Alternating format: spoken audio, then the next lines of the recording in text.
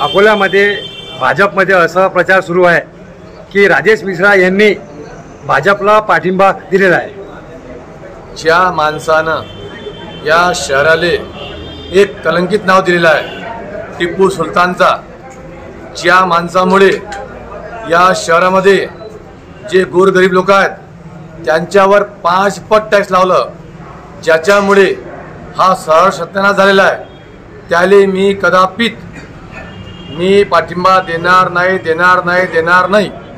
आता ते निवडून येत नाही। लोकांमध्ये हे सर्वांना माहीत आहे की भारतीय जनता पार्टीचे उमेदवार आहेत विजय अग्रवाल, हे निवडून येत नाही। त्यासाठी माझ्याबद्दल जे भ्रम त्यांनी चालू केलेला आहे लोकांमध्ये पसरवणं की राजेश आम्हाला पाठिंबा भेटलेला आहे, मी कोणाला पाठिंबा दिला नाही। मी डॉक्टर ओळमने दिला नाही, मी हरीभाईला दिलेला नाही, मी आतापर्यंत कोणाला पाठिंबा दिला नाही।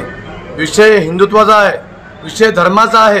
आता हे जे इलेक्शन आहे हा काही भारतीय जनता पार्टीचं इलेक्शन नाही आहे, हा काही काँग्रेसचा नाही आहे, हा काही सेनेचा नाही आहे, हा इलेक्शन आहे हिंदू आणि मुस्लिमचा।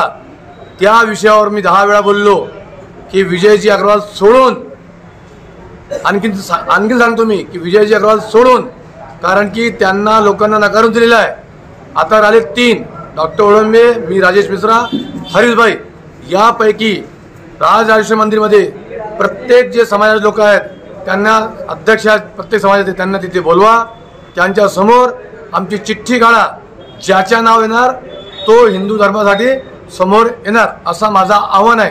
मी आतापर्यंत कोणाला पाठिंबा दिला नाही और देणार नाही ज्यापर्यंत आपले अकोला शहराचे प्रत्येक समाजाचे अध्यक्ष आहेत समोर येत नाही।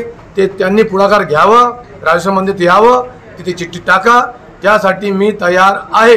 धर्मासाठी मी भारतीय जनता पार्टीचे उमेदवार जे आहेत ज्यांनी या शहराला टिपू सुलतान नाव दिलेलं आहे, ज्यांनी या शहराचा भट्टा बोल केलेला आहे, त्यांना मी पाठिंबा देऊ शकत नाही।